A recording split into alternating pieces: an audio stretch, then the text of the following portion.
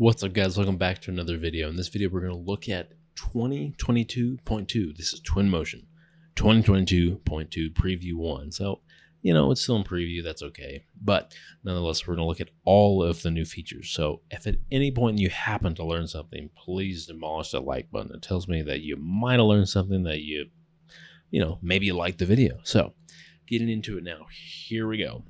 I am going to leave the link to all the updates, bug fixes, bug acknowledgments, everything like that in the description below. So please check that out for sure, because we're going to cover what I can in this video based on that. But also the very small things and things that don't matter as much will be there. So check that out too. Okay, so what we're going to do is end up importing. I'm going to go to direct link, and I can see I've got this Revit link. But the first thing you'll see is that you notice a max UV precision, and that's checked by default, which is really nice. And so what the heck is this max UV precision? So if you're familiar with UVs, just the concept of UVs, it is basically, you can think of like an XY axis over any 3D model. And the precision that you have on that is going to determine how precise or detailed your texture is going to appear. And so the cool thing with this is that specifically for smaller objects within Twinmotion that you end up linking or importing, this precision is going to actually, you're going to see this, you're going to notice this, in that the textures are going to appear more detailed based on how small the objects are and how small and precise the UVs are, which is cool. So this is the nice thing, really, is that it's not something you have to worry about. It's just a matter of checking this box. And honestly, I don't have any reason not to check this box, regardless of the size of this import. It's big enough. It's a house. So I might as well import it this way, where I have the precision maxed out. And so regardless of whatever texture I apply to it, it's going to be maxed out and detailed in a way where it's better optimized and more detailed. So why not? So just know that this is going to impact smaller objects more so than larger. So I'll go ahead and import this, and we can see, cool, look at this. I've got my house here. It's really nothing fancy. I have not bothered with materials or anything like that. So another new feature of 2022.2 is that we have some different posed humans. So if we come in here to, of course, characters here, and then posed humans, we of course have summer, but also now winter, which is really nice to see, things like that. And shopping, like, of course I want to have Dorothy pose as someone shopping in my images and renderings, things like that. So really nice to see. Also, something I really enjoy is that we come into objects, and of course home, and then look at this, an entire new section of musical instruments. Now, I'm very musically challenged in that I don't play any instruments, but you can, look at all these instruments. There's a ton here, different colors and whatnot. Beyond that, the different types of images, but cool, really great to see this kind of thing. So a completely new asset category. And besides this, now I cannot find this, even searching and whatnot, but there's supposed to be a high-tech category of different objects and assets in Twinmotion, which include like computer monitors, headphones, a desk, things like that. So if you can find that, let me know, or if I'm not updated or something, I don't know, but it should be there. And so be on the lookout for that, because that should either be coming soon or actually within Twinmotion 2022.2 now. Obviously it's a preview, so that might be part of the issue, so who knows. So something else is, if we look in, expand the scene graph here, I have the ability, of course, always to select these different objects because of based on the way I've imported it.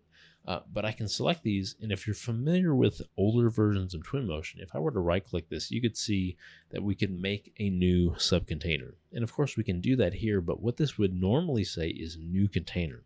And so what this is going to do is actually create a subcontainer. If you remember from previous versions of Twinmotion, this would actually end up creating a subcontainer, which is exactly right here. We can see this is now a subcontainer of this specific type of unit. And with that said, the point being is that this now is a little more accurate in what it actually does, because it literally makes a subcontainer. Now, what we can do also is we have the ability to select these objects, and we can literally move them to a new container. And so this is really cool because these two will now be within or a subcontainer or a subfolder of a new folder we create, which is, I think, the entire reason why we might want to do something like this, is that we can better organize objects that we select into folders in this exact way. And, obviously call it whatever you want, a folder, whatever, doesn't matter at all. But the cool thing is that I have the ability to do that on the fly. I can make it into make a new container, but also allow these objects, folders, whatever they are, organize them in a way to where they're subfolders or sub objects into a brand new folder. So that is really nice to see. And so also now, if we expand the transform or statistics, scene states, wherever this is currently set, obviously the default is statistics. If we show the BIM information, obviously we see nothing until we select an object. But the cool thing is, if I were to select this object, I could see clearly I've got all this information, which is really nice to see. But besides that, the transform is where it's all new. The size in feet, of course, we'll get to units in a second, but right now I have it set to feet. We can clearly see that the size of this specific object is now visible. Before, we only had the position, basically where it is in our Twinmotion model, the rotation, which mostly doesn't matter, but then the scale, which is 100% or like 1 by 1 by 1%, of course, 100%. We now can see the size in our currently set units. And so the fact that I can see this now tells me, ooh, this wall is what appears to be 18 feet long by about 1 feet thick, and then 34.5 feet high, which, if I had to guess, at least the proportions look right, but that's really good to know. I can get the size of that particular object on the fly, which is really great. I select this object and see, like, ooh, this is 12 feet wide by about a foot thick and then 9 feet high. Cool. That seems to be correct. Looking at the proportions, things like that, really nice to see. So with all of that, I have, of course, the size in my units, but let's look at the actual units that I have available in my project. Looking back at much older versions of Twinmotion, the default is meters. Of course, it's a European program, it's metric, that makes sense. But we had the ability to switch to feet, which is really nice, and that's what I use. But if I expand this menu here and go to preferences, I've got my units, of course.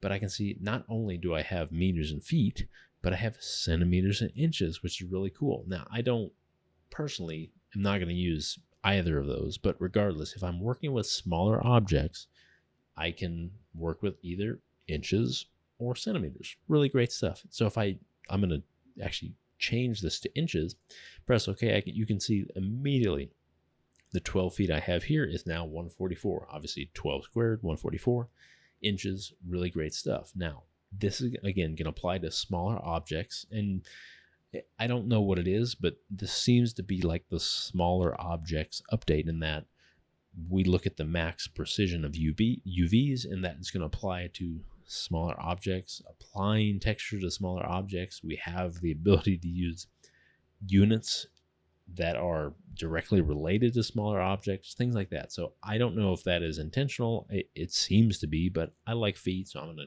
convert it to feet, things like that. Something else we can look at is specifically the export format. So if I come in here to export and I have one image, I can come in and, of course, make my image.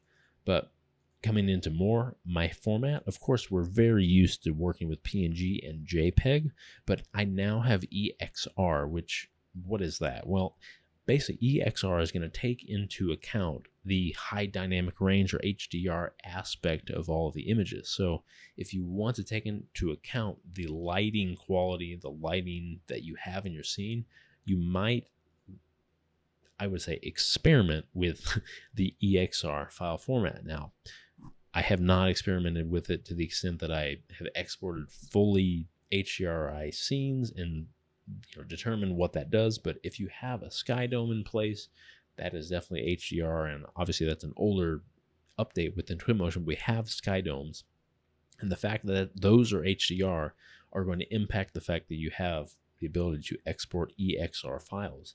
Now, I don't know if that's going to impact them as far as the look and the quality and everything like that, but that's definitely something to experiment with. And nonetheless, we have this ability to export as this file type, which is really nice to see.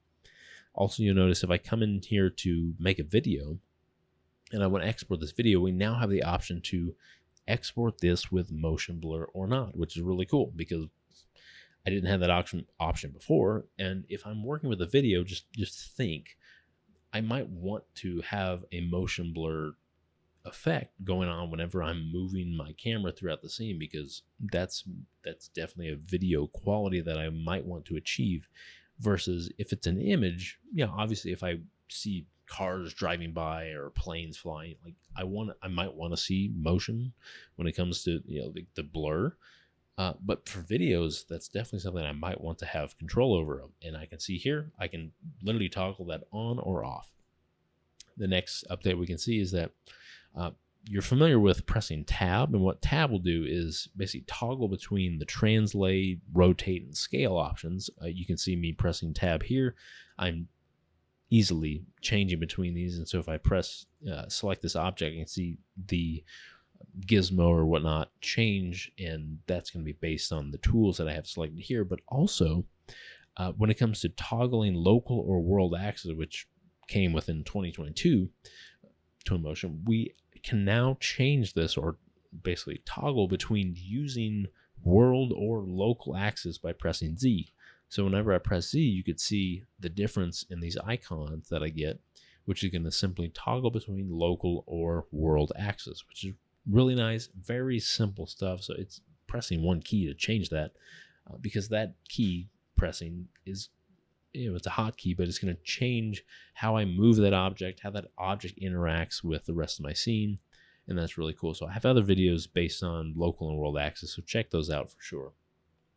Along with importing other objects, other models into our scene, we actually have the ability, if we were to come in here, to import specifically geometry. Of course, we have all these different file types that we can import, which is fantastic, but specifically with Twinmotion 2022.2, we can import multiple of these models at once based on the specific settings that we set. So I don't have a great example of multiple models at once, but just know that you can add multiple models at once to a single import of geometry, which is really cool. It just kind of streamlines the importing process nonetheless.